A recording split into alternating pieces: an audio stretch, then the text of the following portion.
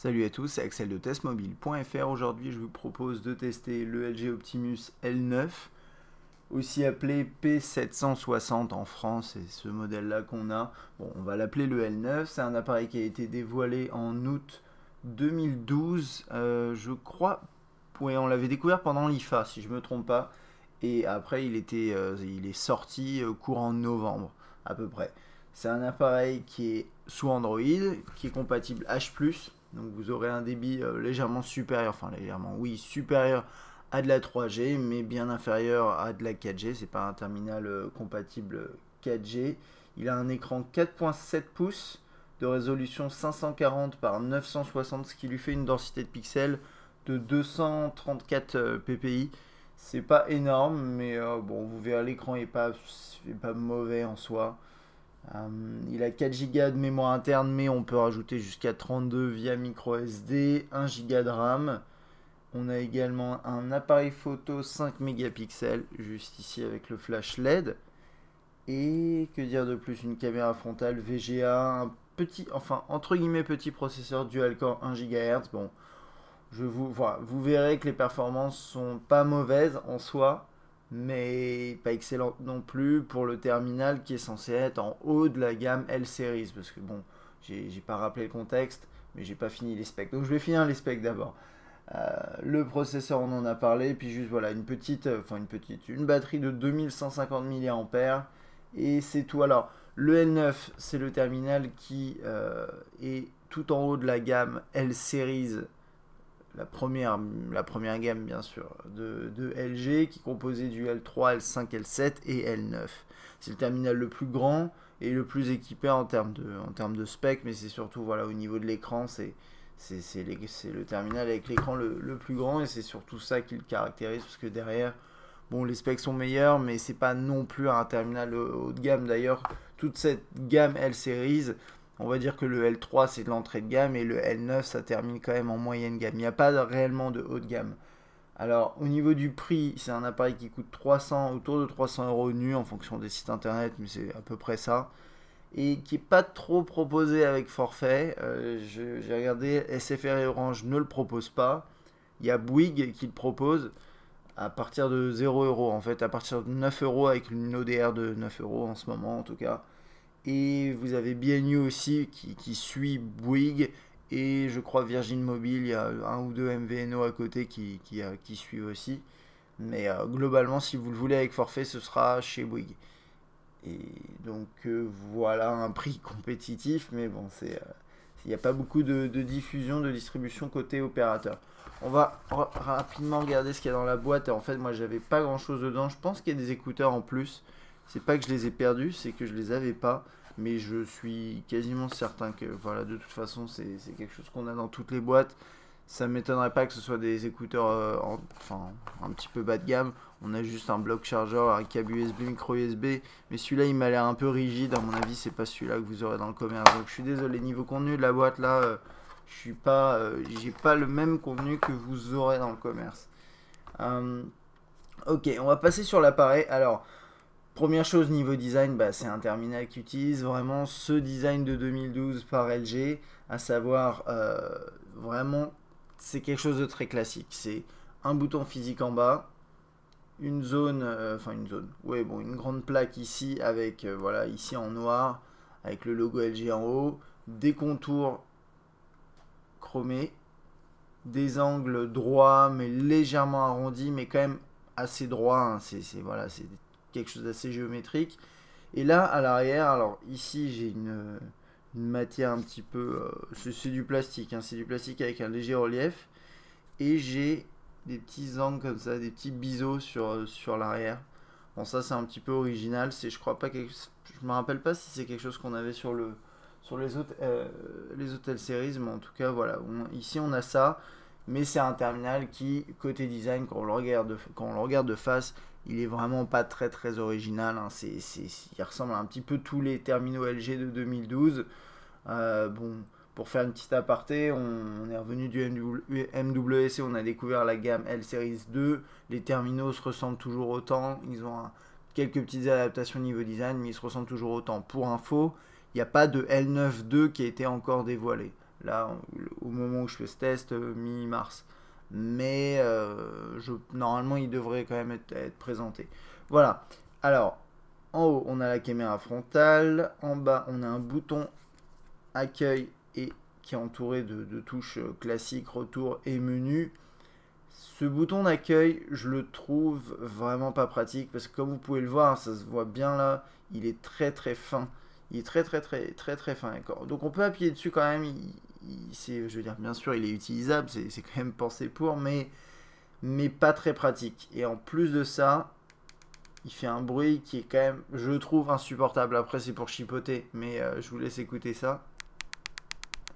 On a l'impression d'appuyer sur un bouton sur je sais pas, sur un jouet pour enfants. Et ça, c'est toujours pas très agréable, surtout sur un bouton que vous allez utiliser tous les jours. Donc bon, voilà, ça c'est ma petite aparté. Mon petit coup de gueule sur le bouton,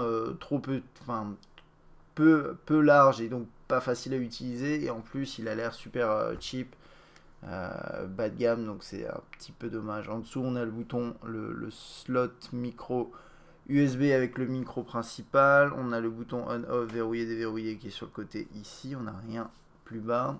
Jack 3.5 et second micro. Le volume. Et à l'arrière, donc l'appareil photo 5 mégapixels, le flash LED et le haut-parleur en bas. En main, c'est un appareil qui est agréable quand même, hein, 4.7 pouces.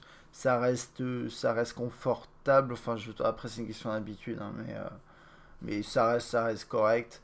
Et si je devais d'ailleurs, par rapport à un terminal qui a un écran de taille similaire, le comparer rapidement à un S3, et finalement on voit que voilà, il est un peu moins large, un tout petit peu moins haut, mais au niveau de la surface d'écran, on est sur une diagonale similaire. Je n'ai plus en tête celle du S3, mais c'est par là quoi. Je crois que c'est 4.5 ou 4.6, 65, un truc comme ça.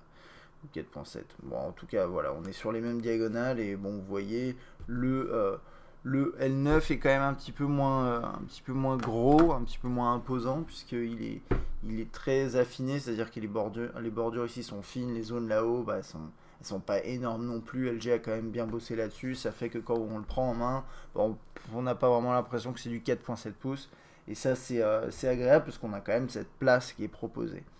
On va rentrer dans l'interface et ça va aller assez vite, ça va être un test assez rapide. C'est un appareil qui est proposé encore sous ICS et je trouve ça vraiment décevant.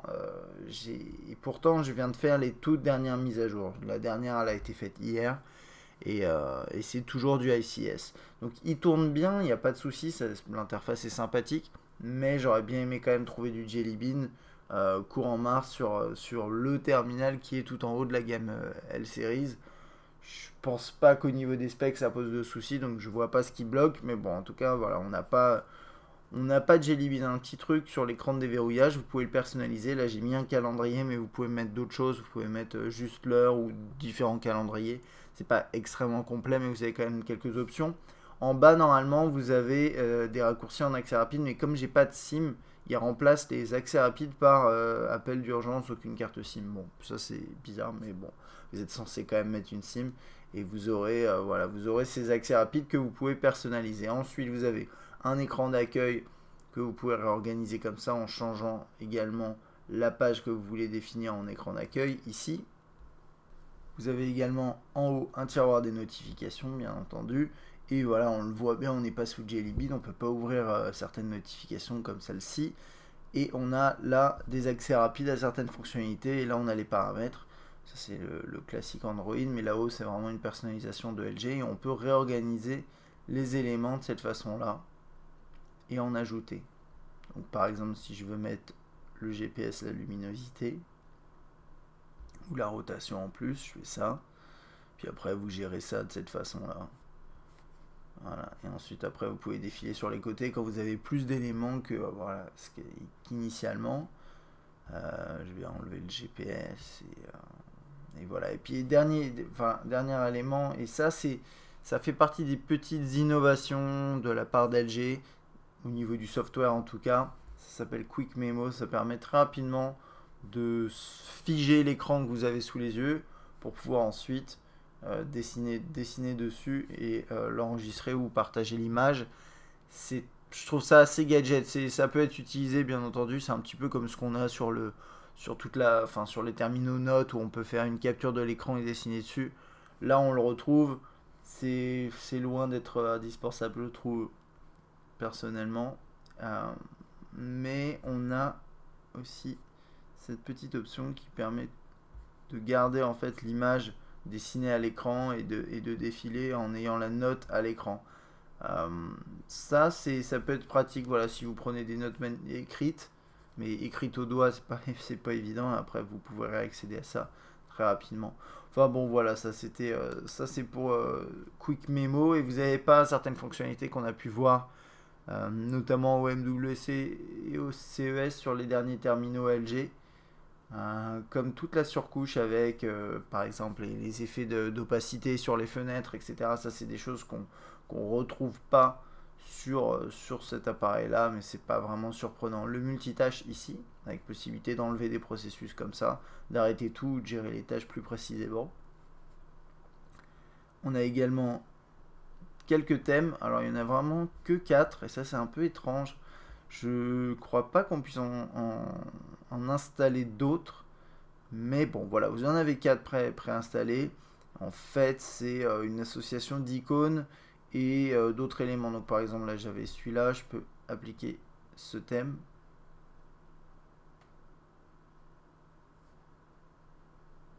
Voilà, donc vous avez les icônes qui changent. Hop, j'attends qu'il se calme un petit peu, c'est bon. Voilà, vous avez également le tiroir le menu principal. Vous avez quoi? C'est à peu près tout ici. Ouais.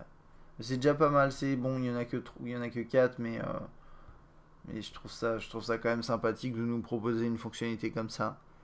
Il y a une tendance vers la personnalisation chez des constructeurs qui ne le faisaient pas avant, et c'est plutôt agréable. Alors là, sur ce terminal là, LG a quand même souvent proposé des options de personnalisation, c'était pas très poussé, ça devient de plus en plus poussé. Là c'est on va dire intermédiaire par rapport à ce qu'on a vu au MWC. Si je fais également ça, alors pas ça, non pardon, paramètres de l'écran d'accueil, on peut changer les effets de transition entre les différents éléments, voilà, et c'est à peu près tout. On a la gestion des widgets et des applications, des raccourcis et des fonds d'écran ici. Donc les widgets, c'est ici par exemple. Et on a quelques widgets quand même LG. LG nous propose des petits contenus sympathiques comme voilà l'agenda. Là ici on a aujourd'hui plus, que je vais vous montrer juste après. C'est un widget un peu spécial, on va dire. Bon voilà, on a quelques trucs. Et puis bien sûr après vous avez vos widgets que vous avez installés. La météo, le mémo, ce genre de choses. Et donc ça c'est le widget qui s'appelle aujourd'hui plus. Il y a aussi celui-là que je voulais vous montrer aussi. C'est un widget qui permet, qui a des onglets sur le côté, qui est interactif et qui permet d'afficher très rapidement certaines informations qui sont censées vous intéresser. Vous pouvez choisir ce que vous voulez afficher. Donc par exemple là j'ai la météo à New York. Hop, là j'ai mon calendrier, j'ai pu déterminer une image de fond personnalisée. Donc là ça s'affiche très très mal, donc c'est pas terrible, il faudra la changer. Mais voilà, vous pouvez personnaliser ça. Vous avez le mémo avec la possibilité, voilà, de mettre toute votre liste de texte, enfin liste ou n'importe quel texte ici. Et les actualités via Yahoo. Et vous pouvez ensuite éditer la liste des éléments que vous voulez afficher ici. Donc ça c'est pour ce widget là, il fonctionne bien, hein. C'est pas personnellement c'est pas le genre de widget que j'allais dire que j'utiliserais, je sais pas, parce que vous avez quand même la météo, le mémo, le calendrier, c'est quand même bien fait. Et puis ici vous avez un widget qui s'appelle Social Plus, et là qui affiche Facebook, mais vous pouvez basculer entre Facebook et Twitter. Et il est pas mal, je trouve. C'est un petit, alors attendez, je vais le déplacer sur la gauche pour avoir, je pense, un tout petit peu plus de place. Ah si, excusez-moi, j'avais pas vu. C'est dans les coins. Voilà, on peut quand même changer sa taille. Donc vous avez, là j'ai déterminé un compte Twitter. Je peux poster une update assez rapidement, de cette façon-là.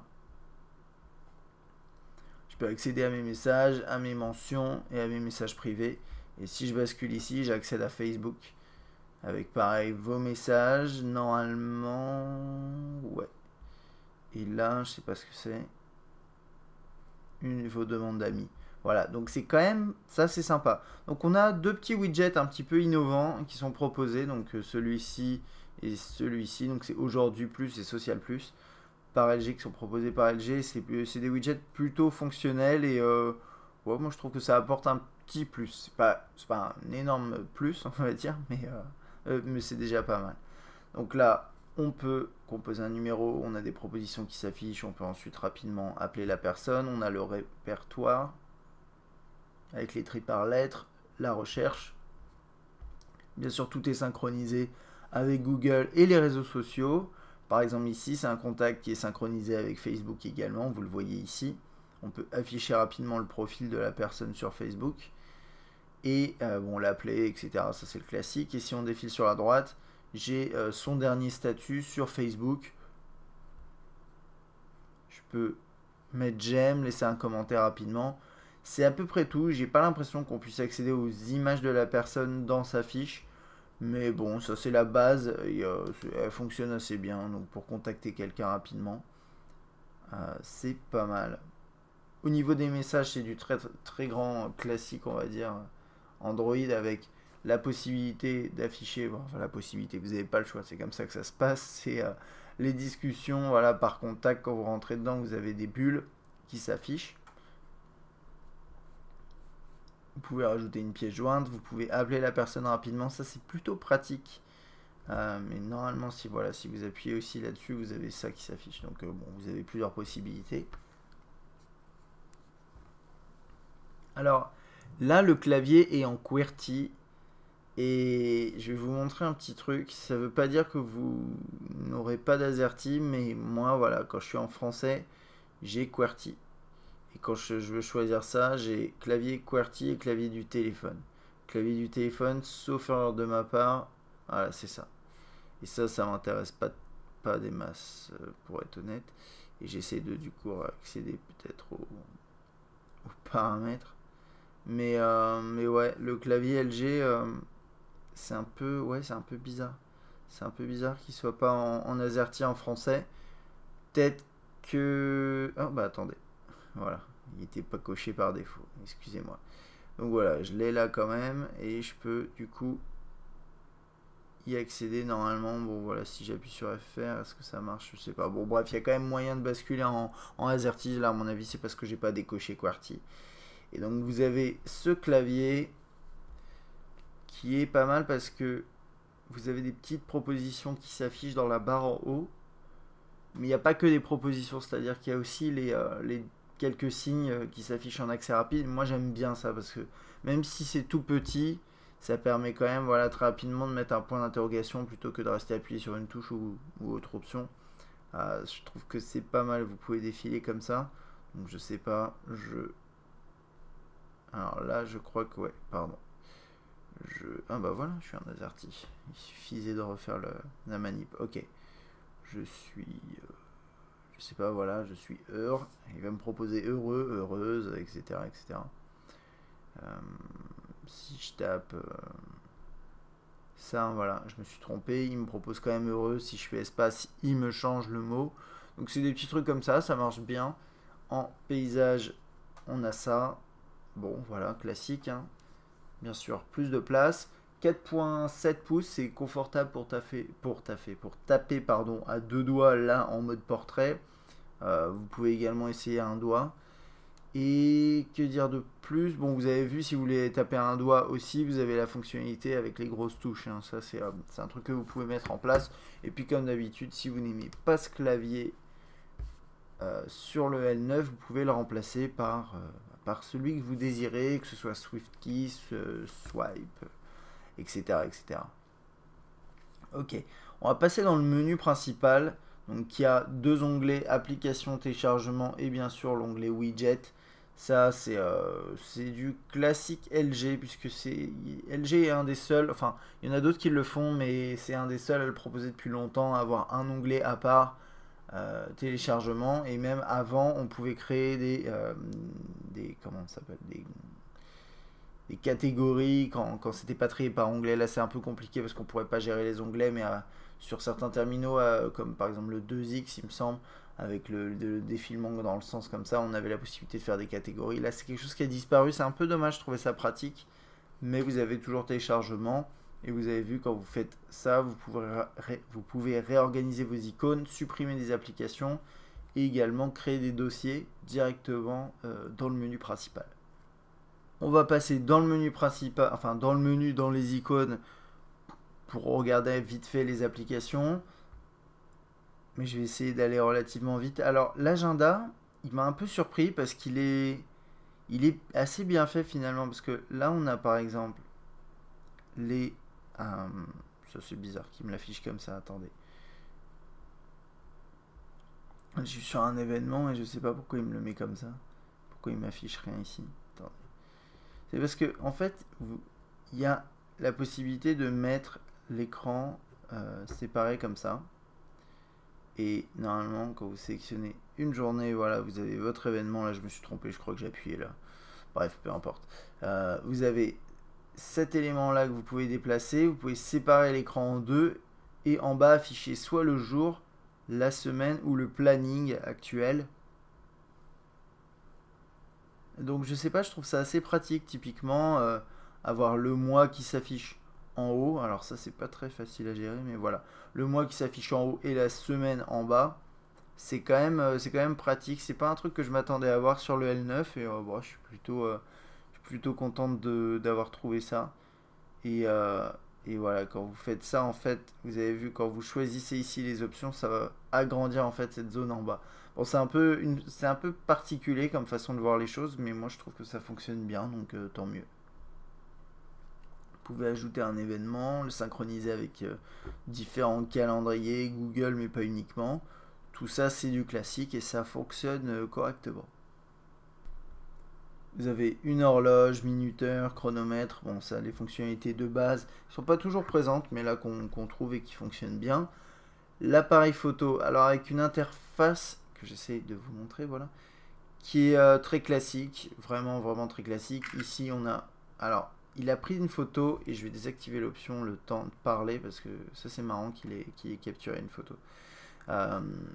Donc voilà, je vais vous expliquer ça, mais là vous avez le switch photo-vidéo, la possibilité de prendre une photo ici, les boutons de volume permettent de capturer une photo et non pas de zoomer, vous pouvez zoomer en multitouch. Ça c'est expliqué par le fait qu'il n'y ait pas de bouton dédié pour l'appareil photo, c'est pas trop mal comme idée, mais bon, personnellement je suis pas extrêmement fan. Vous avez quelques paramètres, la possibilité de changer la taille de l'image, bon, aussi appelée la résolution, 5 mégapixels ici, mode de scène, ISO, balance des blancs, effet de couleur, quelques petits effets comme ça, rien de transcendant, mais on trouve quand même quelques petites options, la géoloc, le flash, l'option panorama et prise de vue en continu. Ça c'est une sorte de mode pas vraiment en rafale, c'est un mode comme ce qu'on trouve chez HTC et Samsung avec Best Photo. C'est la possibilité de prendre 6 photos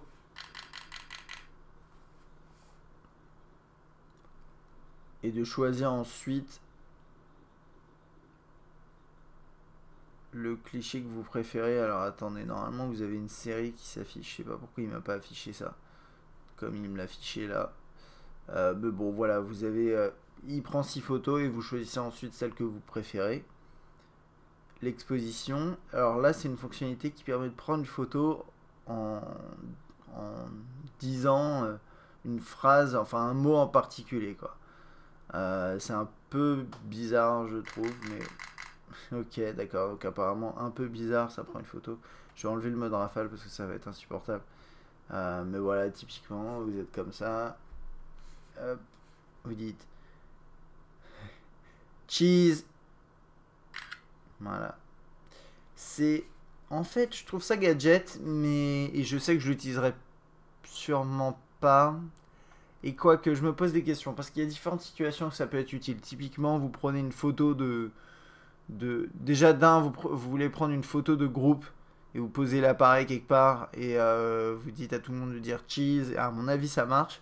Mais il y a autre chose aussi, c'est quand vous voulez prendre voilà, une photo de vous sans utiliser la caméra frontale ou une photo voilà, de deux personnes et vous la tenez à bout de bras, c'est un peu compliqué d'appuyer sur ce bouton-là. Bien sûr, il y a la touche là, mais ce sera plus simple a priori si vous prenez ce type de photo de dire juste cheese que d'appuyer sur une touche. Donc pourquoi pas. Voilà, pour la prise de photo, vous avez vu, c'est assez rapide. Et puis, je vous montrerai des échantillons sur le test écrit pour parler un peu qualité. Alors, on est en 5 mégapixels, mais ça n'empêche pas le terminal de filmer en 1080p, puisque bien avec un petit dual core, ça suffit largement. Enfin, ça suffit largement, ça suffit tout court. On a la balance des blancs, l'effet des différents effets de couleurs, et c'est à peu près tout ici. Hein. En vidéo, c'est plus restreint. Vous avez quand même quelques effets qui sont dans... Alors, c'est comme ceux qu'on trouve dans Android ICS par défaut. A priori, ils ont été quand même un peu adaptés parce que vous avez... Enfin, déjà, l'interface est différente et à mon avis, ils ont été retravaillés. Mais vous avez, voilà, grande bouche, grands yeux, petite bouche. Ça, c'est bon.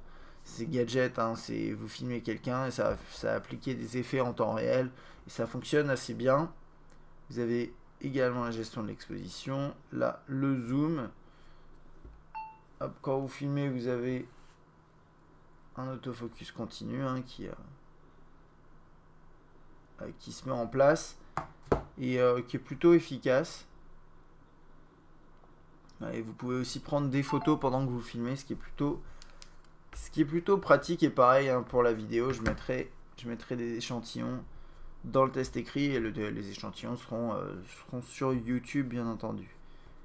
Vous avez une calculatrice, une option qui permet de sauvegarder des données. Vous avez Chrome, alors ça c'est pas moi qui l'ai installé, il est préinstallé, mais vous avez quand même un autre navigateur, celui par défaut qui est présent. On va continuer du coup dans l'ordre et je passerai sur le web, sur le navigateur de base. Chrome fonctionne bien. Mais bon, peut-être je ferai un comparo rapide pendant que je ferai ça. Au niveau des mails, on a un client qui est plutôt sympa, qui permet d'avoir une boîte de réception combinée, d'afficher de configurer plusieurs comptes. Il est bien présenté, je trouve qu'il utilise bien l'espace. C'est assez bien fait. Vous pouvez mettre des étoiles. Voilà. Sélectionner différents mails. Vous avez le zoom vraiment efficace hein, dans les mails en tout cas ici. Hop, voilà. Vous pouvez composer un message. Que dire de plus? Vous pouvez répondre bien entendu au message. Et puis l'espace est encore une fois bien géré ici, c'est assez sympathique. Vous pouvez mettre en gras du texte, ce genre de choses. Donc ça c'est pas mal. C'est pas mal, c'est un bon petit client email avec la boîte de réception combinée. Moi j'aime assez. En mode paysage, ça donne ça. Et ensuite, bien sûr, si vous n'aimez pas celui-là, ou si vous utilisez uniquement et exclusivement Gmail, vous pouvez utiliser le client Gmail par défaut, qui depuis ICS est quand même bon. Donc voilà, vous avez le choix et bien sûr vous avez des systèmes de widgets que vous pouvez déposer sur l'écran d'accueil. On a FileShare qui est une application qui facilite le Wi-Fi direct pour échanger des fichiers. Je ne l'ai pas dit également, mais il est compatible NFC, il a une puce NFC. Et donc ça c'est un peu un équivalent du Bluetooth, mais en Wi-Fi, donc plus rapide, mais uniquement avec les terminaux compatibles. Et pour avoir un peu bidouillé en Wi-Fi direct sur différents appareils récemment, j'ai toujours un petit peu de difficulté à le configurer. Mais bon, là ici chez LG, c'est quand même bien présenté. Et si vous souhaitez l'utiliser d'un terminal compatible à un autre, normalement vous pourrez transférer très rapidement des fichiers. Donc pour les vidéos, typiquement, c'est très pratique. Bon, il y avait une application finance, très bien. La galerie avec les albums. On a aussi la gestion par lieu. Donc si vous avez géolocalisé vos photos, ça c'est une option à activer ou non dans l'appareil photo. Vous avez également là la gestion chronologique. Et je reçois des notifications de spam de Google Talk. Vous avez les photos. Voilà, et ça c'est la galerie. C'est pas la galerie par défaut. Hein. C'est une galerie qui a été personnalisée par LG. Alors, Elle a été personnalisée, mais on retrouve certains éléments comme voilà, tout ça, ça c'est quelque chose de base. Les options ici, ça, bon, c'est du classique. Mais graphiquement, elle a été personnalisée et elle est quand même pas mal. Il y a un petit peu beaucoup d'effets à mon goût, de transition, etc., qui sont pas franchement utiles. Mais voilà, des petits trucs comme ça.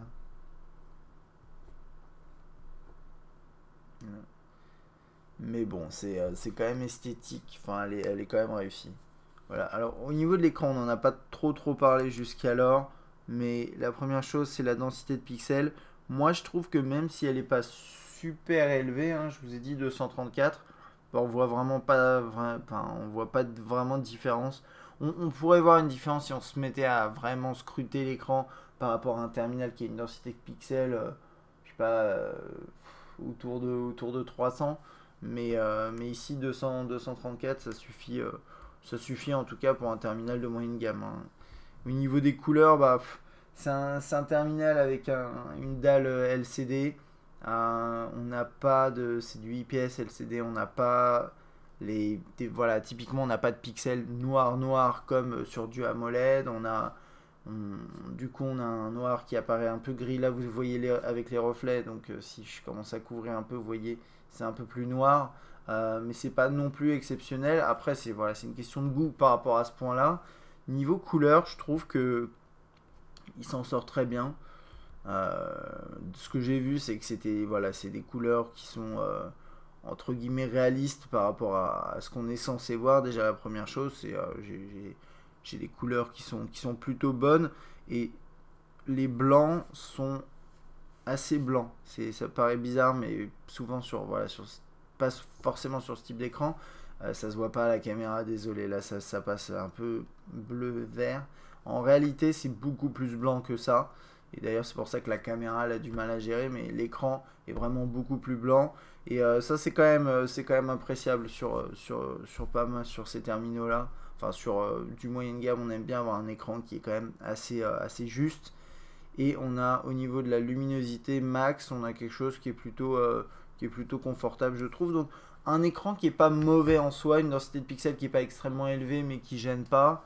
Et c'est juste après, ça a été au niveau des angles de vue, des reflets en extérieur, c'est pas forcément génial. Et puis après, les contrastes, si vous avez envie d'avoir des noirs extrêmement noirs, vous les aurez pas forcément ici. Mais pour moi, c'est encore une fois, c'est une question de goût. C'est pas nécessaire d'avoir ce type de contraste sur des appareils comme ça. Et moi, je trouve que là, pour du moyen gamme, l'écran est plutôt bon. Donc, ça, c'est pas mal. On a un gestionnaire de fichiers, gestionnaire des tâches. On va passer rapidement sur le web. Alors, on a une petite fonctionnalité qui est présente chez LG, je crois, depuis le 2X quasiment. L'Optimus 2X. C'est un truc que j'ai jamais utilisé. Je me demande même s'il y a des gens qui l'utilisent. Mais je vais vous montrer ça rapidement. Donc vous avez cette barre en bas, vous pouvez appuyer dessus pour la faire sortir, donc ça permet d'avoir un peu plus d'espace quand même quand elle est rangée, et je crois qu'elle se range automatiquement de toute façon. Et si vous voulez zoomer, dézoomer, vous pouvez appuyer ici et faire comme ça. Voilà. Ça utilise l'accéléromètre, et l'accéléromètre, ou je sais pas s'il y a un gyroscope là-dedans, vu que c'est un mouvement comme ça, bon, j'en sais rien. Mais en tout cas voilà, vous pouvez faire ce genre de choses, et c'est pas d'après moi c'est loin d'être nécessaire dans la mesure où vous pouvez utiliser vos doigts, mais pourquoi pas, voilà, si vous avez envie de vous amuser un peu avec d'autres interactions, vous avez cette option là qui est disponible. Vous pouvez gérer la luminosité, partager la page, voir la version ordinateur. Ça, c'est les options classiques. Vous avez également les options du lab Google, activer les plugins, le zoom, redimensionner les pages, etc. Voilà, et pas mal d'autres fonctionnalités. Et on va d'abord regarder niveau fluidité, après peut-être parler de... J'ai un deuxième onglet ouvert, je vais l'ouvrir pendant ce temps-là.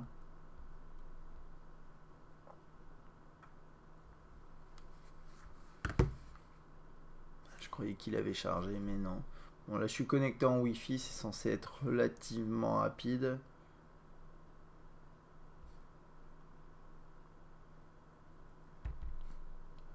Alors là, ouais, il avait adapté le texte et il avait un peu bugué. moi je trouve que globalement l'expérience web est pas forcément excellente. C'est-à-dire que niveau fluidité, on est sur quelque chose qui est quand même pas mauvais, mais pas excellent. Le truc c'est que, enfin, on reste sur un terminal de moyenne gamme. J'essaye de faire apparaître la fenêtre là-haut. Ouais. Je croyais qu'on pouvait la faire apparaître différemment. On reste sur un appareil de moyenne gamme, donc on a ce type de performance. C'est pas excellent par rapport à si on s'amuse à comparer avec un terminal de haut de gamme, mais c'est quand même loin d'être mauvais, dans le sens où le défilement, voilà, si je reste comme ça, est assez fluide. Bien sûr, si je m'amuse à aller rapidement, ça devient un peu plus compliqué. On peut zoomer, dézoomer facilement et le texte normalement se remet en forme si j'arrive. Je sais pas ce qu'il me fait. Ouais. Du coup, je clique sur des liens, je crois. Voilà. Le texte se remet en forme. On peut. Je vais dézoomer un tout petit peu. Voilà. Le texte se remet en forme quand vous double tapez dessus. C'est un petit peu galère là sur un site lourd. Mais ça fonctionne quand même. Ça fonctionne pour la navigation web. Et puis voilà, c'est le navigateur ici Android par défaut avec quelques éléments en plus. Possibilité d'ouvrir rapidement un onglet, la gestion des favoris en bas. Ce petit truc là qui sert pas à grand chose mais qui est présent quand même.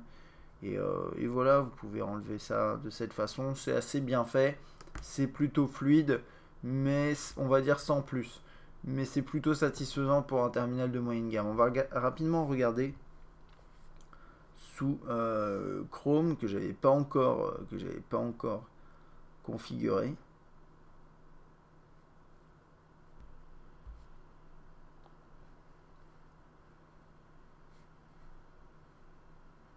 Bien sûr, vous avez un système d'onglets. Donc là, j'ai pas ouvert d'onglet et j'attends que ça ait fini de charger. Allez, tu peux le faire. Voilà. Bon bah, c'est en fait niveau expérience d'un point de vue défilement, c'est meilleur avec quand même quelques saccades de temps en temps, mais c'est quand même meilleur. Après au niveau du zoom, c'était déjà bon dans l'autre cas, mais là c'est tout aussi bon. Je pense un petit peu mieux d'ailleurs. Et après dans un article, pour jeter un œil à ça aussi. Voilà, on a beaucoup de texte, c'est parfait. Alors, vous pouvez double taper. Là ici, voilà, il n'y a pas le redimensionnement comme sur l'autre navigateur, mais c'est quand même un peu plus fluide sous Chrome. Donc ça qui est aussi bien avec Android, bien sûr, c'est que si vous aimez pas le navigateur par défaut, parce que vous le trouvez pas assez, je sais pas, performant ou que ça manque de fonctionnalité tout simplement, vous pouvez le remplacer par d'autres. Ici, on a Google Chrome, mais vous auriez pu de toute façon le télécharger. Et vous pouvez en télécharger d'autres. Il en existe voilà, une petite dizaine, voire un petit peu plus quand même, mais de vraiment intéressants. Voilà. Alors, là, on est dans le lecteur musical avec la possibilité de trier ici dans les onglets par chanson, album, artiste, liste de lecture et les dossiers qui sont physiques, enfin physiques, les dossiers oui, créés sur votre terminal. Ça c'est toujours pratique je trouve. Après ici on peut défiler par lettres, ça fait un peu penser au menu qu'on a par exemple dans les contacts, hein. Tout est très cohérent, c'est assez simple. Donc quand je lis le morceau, alors ça c'est pas la pochette de l'album, il a toujours quelques soucis, il mélange un petit peu tout. Alors l'interface ici c'est assez bizarre parce qu'on était sur quelque chose de totalement différent tout au long du test et là on se retrouve sur une interface avec une sorte d'effet alu brossé qui sort un petit peu de nulle part pour être tout à fait honnête, c'est bizarre.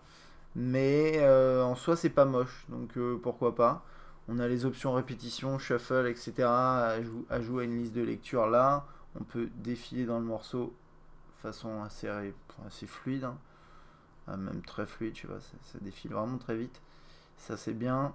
On peut lire le morceau. On va regarder pour la qualité du haut-parleur un peu après. On a des contrôles ici avec la petite barre de progression, ça c'est assez bien fait. On l'a ici également et vous voyez bah, là ça reprend vraiment pareil le design effet brossé. Et je me souviens plus si on a quelque chose sur l'écran d'accueil, enfin sur l'écran de déverrouillage. Là on n'a rien, vous pouvez contrôler ici. A priori vous pouvez, je pense que vous pouvez, attendez, là j'ai un petit doute, on va aller voir ça très vite.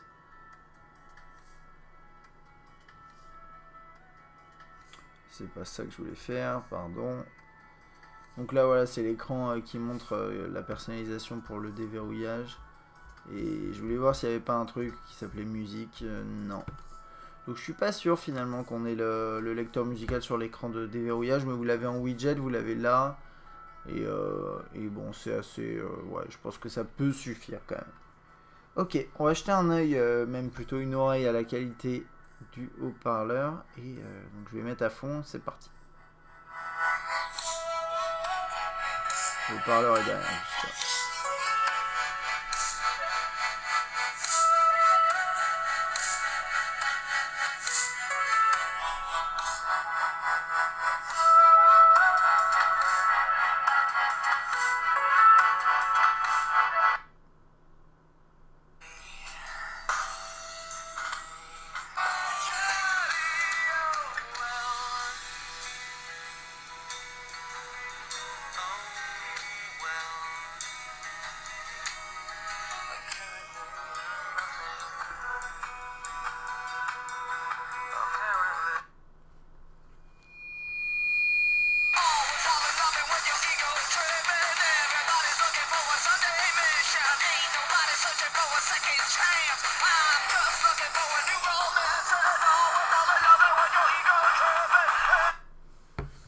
Alors sur le L9, on a un volume qui est pas mauvais, dans le sens où c'est suffisant, c'est moyen mais suffisant.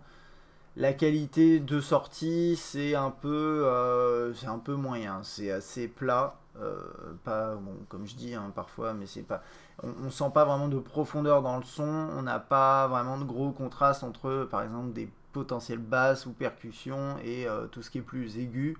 Là c'est assez plat et la qualité est pas terrible, c'est-à-dire que c'est un petit mélange de différents sons. On n'arrive pas à forcément distinguer très bien tous les éléments.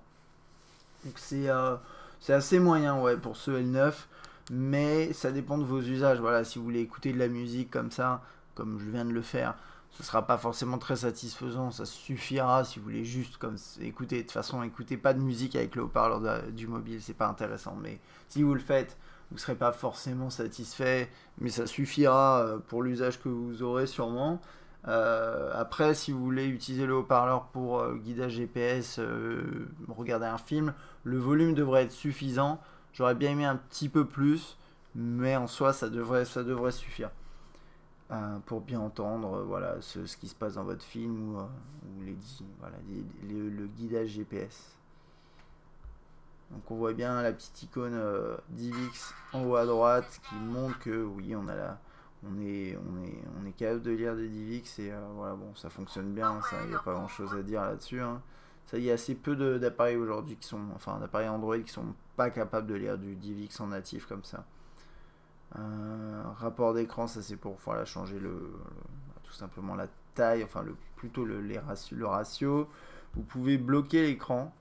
Voilà, pour empêcher toute interaction pendant que vous regardez un film. Et là, il s'appelle ça Smart Share, mais c'est le DLNA, partage DLNA, qu'on n'a pas vu, mais qui était aussi dans la galerie. Ça, c'est pour le lecteur vidéo, il n'y a pas grand chose à dire, hein. Il est très basique. On a une puce NFC, donc on a une application qui permet de gérer vos tags NFC. Vous pouvez écrire des tags, etc. Bon, j'ai pas pu le tester parce qu'on n'a pas de tag NFC. Il faudra peut-être que je m'en achète, ça serait utile. On a une application mémo qu'on retrouve. Là, vous voyez, il y avait écrit acheter du pain. C'est quelque chose qu'on retrouve ici. C'est plutôt pratique. La météo, mise à jour de logiciel, tout ce qui est navigation GPS. Vous avez Google Maps qui est tout à fait fonctionnel depuis SIS, au moins, même avant. Mais depuis ICS il est vraiment sympa. On a Play Music qui est préinstallé, qui permet de lire votre musique de manière différente et puis aussi d'avoir le streaming avec vos fichiers dans le cloud chez Google. Polaris Office qui est préinstallé, un outil de traduction Smart Share ici pour le DLNA, vous avez l'option qui s'affiche ici. Enfin, vous avez l'application dédiée. Smart World, je sais plus ce que c'est. Et je regarde s'il y a d'autres choses. Hop. Non, ouais, je sais plus. Je crois. Attendez, ça me perturbe. Je vais quand même aller voir. Je crois que c'est. Oh, la mise à jour va prendre 3 heures. Je crois que c'est une application qui permet de vous proposer je crois, des contenus à télécharger, des applications, ce genre de choses, à moins qu'ils permettent également d'avoir l'assistance. Et ça, je suis pas sûr en fait. C'est pour ça que j'ai un doute et je vais quand même faire la mise à jour. Donc voilà, j'ai pu accéder à l'application Smart World et en fait, ouais, effectivement, c'est ce que je disais, c'est ça. C'est vous avez top payé, top gratuit, nouveau, zone, je sais pas quoi, zone marque, voilà. LG spécial, Event Zone. Donc c'est voilà, c'est une façon de mettre en avant des contenus. Beaucoup de constructeurs le font. Je sais pas si ça a toujours du sens, mais bon, ils le font et ça a le mérite de, voilà, de vous permettre d'avoir différentes sources pour vos contenus à installer.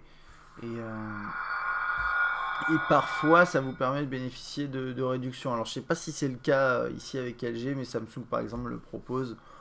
Donc, bon, c'est pas toujours nécessaire d'installer, enfin, de nous proposer ça, mais parfois, on a des petits ajouts. Et on va parler rapidement performance.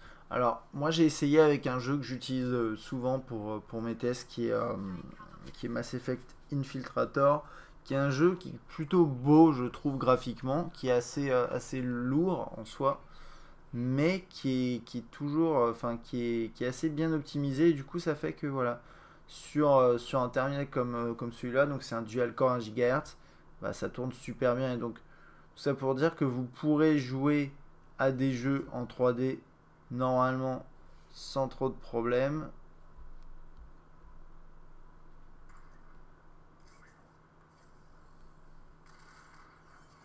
Mais ça va dépendre aussi du travail des développeurs. C'est toujours comme ça, mais disons que c'est encore plus valable pour les terminaux de moyenne gamme. C'est-à-dire que autant par exemple sur un appareil de vraiment haut de gamme, quad-core, vous allez avoir une indulgence de fait puisque le terminal est très puissant et si les développeurs ont fait un travail assez mauvais niveau optimisation, bah, ça devrait quand même convenir. Là, vous n'avez pas vraiment le choix, c'est-à-dire que vous dépendrez pour la fluidité de vos jeux également sur le travail qui a été fait pour optimiser les titres, quoi. Et là, je vais mourir, ça va être sympa. Voilà, typiquement, bon, celui-là, bah, ça fonctionne bien. Et vous en avez de plus en plus hein, des jeux en 3D sur le Play Store qui fonctionnent super bien parce qu'ils ont été optimisés, vraiment pensés à la base pour fonctionner sur tous les terminaux, enfin tous les terminaux récents. Et celui-là, c'est le cas, mais vous en avez d'autres. Et bien sûr, tout ce qui est jeu type casual game, du type Angry Birds, etc. Bien sûr, ça fonctionnera super bien. Il n'y aura pas de soucis. Et globalement, niveau performance, je trouve que dans l'interface, ça va. Il y a juste sur le web où c'est un petit peu lent parfois. Mais dans l'interface, c'est plutôt bien. C'est plutôt bien. Alors, reste à voir ce que ça donne une fois qu'on aura installé une demi-douzaine d'applications ou je sais pas quoi. Enfin, une demi-douzaine, c'est pas beaucoup. Plutôt une douzaine, on va dire, une vingtaine d'applications à droite à gauche et commencer à avoir toutes les notifications qui tombent. Bon, comme d'habitude, hein, ça rend les performances un peu moins bonnes. Mais bon, voilà, ça c'est pour le côté performance. Vous pourrez quand même jouer à des jeux, mais vous aurez une durée de vie moins longue, bien sûr, que sur un terminal très haut de gamme. Ou même sur les terminaux qui sont en dual core 1,5 GHz. C'est quand même un poil mieux. Et je voulais juste pour finir vous montrer, faire un petit point sur l'autonomie. J'ai fait quelques petits tests, alors j'ai pas pu l'utiliser vraiment au quotidien et c'est ce qui fait que là je vais avoir un peu de mal à vous dire exactement ce que je pense de l'autonomie sur ce terminal. J'ai quand même constaté plusieurs choses, c'est que j'ai fait un test web, de navigation web, et il a perdu en 1 heure de navigation, il perd à peu près 15% d'autonomie. Et globalement, par rapport à la plupart des terminaux que je teste, c'est pas terrible, terrible. C'est un petit peu en dessous de la moyenne. Ensuite, j'ai fait un test lié à la lecture vidéo et là, pareil, il a perdu entre 15 et 20% d'autonomie.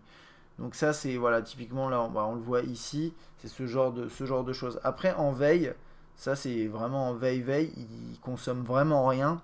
Ce qu'il y a à savoir, c'est que là, j'ai pas configuré beaucoup de notifications, enfin, on configure pas les notifications, on peut, mais j'ai pas configuré beaucoup de comptes qui vont chercher des éléments en tâche de fond tout au long de la journée, et là, du coup, bah, ça se voit. Si vous avez plus d'applications configurées qui vont checker Twitter, Facebook, etc., vous aurez une courbe ici, enfin une ligne ici qui sera beaucoup moins droite. Ça, c'est la première chose. Ça consommera un tout petit peu plus, mais globalement, c'est un appareil qui est autonome en veille, ce qui est plutôt bon. Et ensuite, après, bah là, je sais pas, moi je trouve que c'est assez flagrant. Ça, c'est toute la phase de test. C'est-à-dire que on était à 55% quand on a commencé le test à peu près, et là, on est à environ 35%. Donc il a perdu 20% en, ça fait quoi, 50 minutes de test où je l'utilise beaucoup. Je trouve que c'est pas terrible. Je trouve que c'est pas terrible à partir du moment où l'écran, alors là l'écran est à fond aussi, hein, vous pouvez régler ça, mais j'ai réglé l'écran à fond. Mais je pense que voilà, à partir du moment où vous utilisez votre terminal beaucoup, que l'écran est à fond et que vous avez les notifications et que vous jouez un petit peu, il fera pas une journée, ça c'est sûr. En utilisation plus légère, vous arriverez à passer la journée, mais globalement, je trouve que c'est un petit peu décevant. Reste à voir, voilà, en usage prolongé, ce que ça donne. Moi, je pense que voilà, d'après ce que j'ai vu, c'est vous finirez pas la journée si vous l'utilisez en jeu notamment au sein d'une journée et que vous l'utilisez vraiment très régulièrement tout au long de la journée. Si vous êtes un petit peu, si vous avez des usages plus légers, vous arriverez à tenir la journée, mais je pense qu'on arrivera difficilement à faire 2 jours en usage réel. Il y aura forcément un moment où il faudra le recharger, je pense le lendemain matin, et voilà, vous n'aurez pas votre journée d'autonomie. Donc c'est le genre d'appareil où je vous conseille typiquement, si vous l'achetez, de recharger tous les soirs de toute façon. Voilà. Je pense avoir fait le tour hein, sur ce L9 par rapport à tous les points qu'on aborde d'habitude. C'était plus long que prévu, mais bon, voilà, j'espère que cette vidéo vous a plu quand même. Globalement, le L9, c'est pas un appareil qui me séduit des masses, pour être honnête. Globalement, enfin, je suis pas très séduit par la gamme L-Series de toute façon. Je l'ai dit sur le L7 et là je le redis sur le L9, c'est la même chose. C'est mieux, c'est vraiment mieux, mais bon, il est plus cher aussi. Et l'écran est grand, l'écran est pas mauvais d'ailleurs. Et les performances globales sont bonnes. Mais c'est un appareil qui, niveau design déjà, je le trouve pas vraiment à mon goût parce qu'il manque d'originalité. Et il y a un truc dont je vous ai pas parlé, mais c'est que niveau finition, c'est pas exceptionnel. C'est-à-dire que là, la coque arrière, elle grince un petit peu. Elle fait un peu voilà, bas de gamme. Et ça, c'est un peu dommage. Quand vous le tenez en main, vous n'avez pas l'impression d'avoir un appareil d'entrée de gamme en main, mais on n'est quand même pas bien loin, donc c'est un petit peu décevant par rapport à ça. Mais l'écran est bien, les perfs sont bonnes, vous avez une interface qui est plutôt réussie. Oui, c'est pas un appareil qui m'a nécessairement séduit, mais quand on regarde la prestation finalement pour 300 € ou moins de 300 €, je trouve que pour du moyenne gamme en 4.7 pouces, qui est assez rare hein, pour ce type de prix, c'est pas si mal. Et les performances sont assez bonnes dans l'interface. Sur le web, c'est un petit peu plus lent, mais ça reste utilisable, largement utilisable d'ailleurs, et vous avez de la place avec l'écran 4.7 pouces. Vous avez quelques applications intégrées qui sont sympathiques, hein, tout ce qui est lecteur vidéo, musical, ça marche bien. Vous avez des widgets plutôt réussis, comme par exemple celui-là et celui-ci, qui sont réussis également. Une interface globalement intéressante, c'est pas extrêmement innovant, mais on a quelques petits trucs, et pour un terminal de moyenne gamme, je pense que c'est intéressant. Donc concrètement, oui, au niveau du design, je trouve pas ça très original, et l'interface LG, pour être tout à fait honnête, c'est quelque chose, c'est pas ma surcouche préférée, voilà. Mais elle est loin d'être moche, mais c'est bon, moi personnellement, c'est pas ma surcouche préférée. Mais si vous cherchez pour moins de 300 € un appareil avec un écran 4.7 pouces, je pense que le L9 devrait vous intéresser. Mais il faut attendre aussi de voir ce qui va être annoncé. Par exemple, le L9 II, est-ce qu'il va être intéressant ou non? Ça, on le saura dans les prochaines semaines, dans les prochains mois. Voilà, j'espère que ce test du L9 vous a plu. Si vous avez des questions, n'hésitez pas. À bientôt.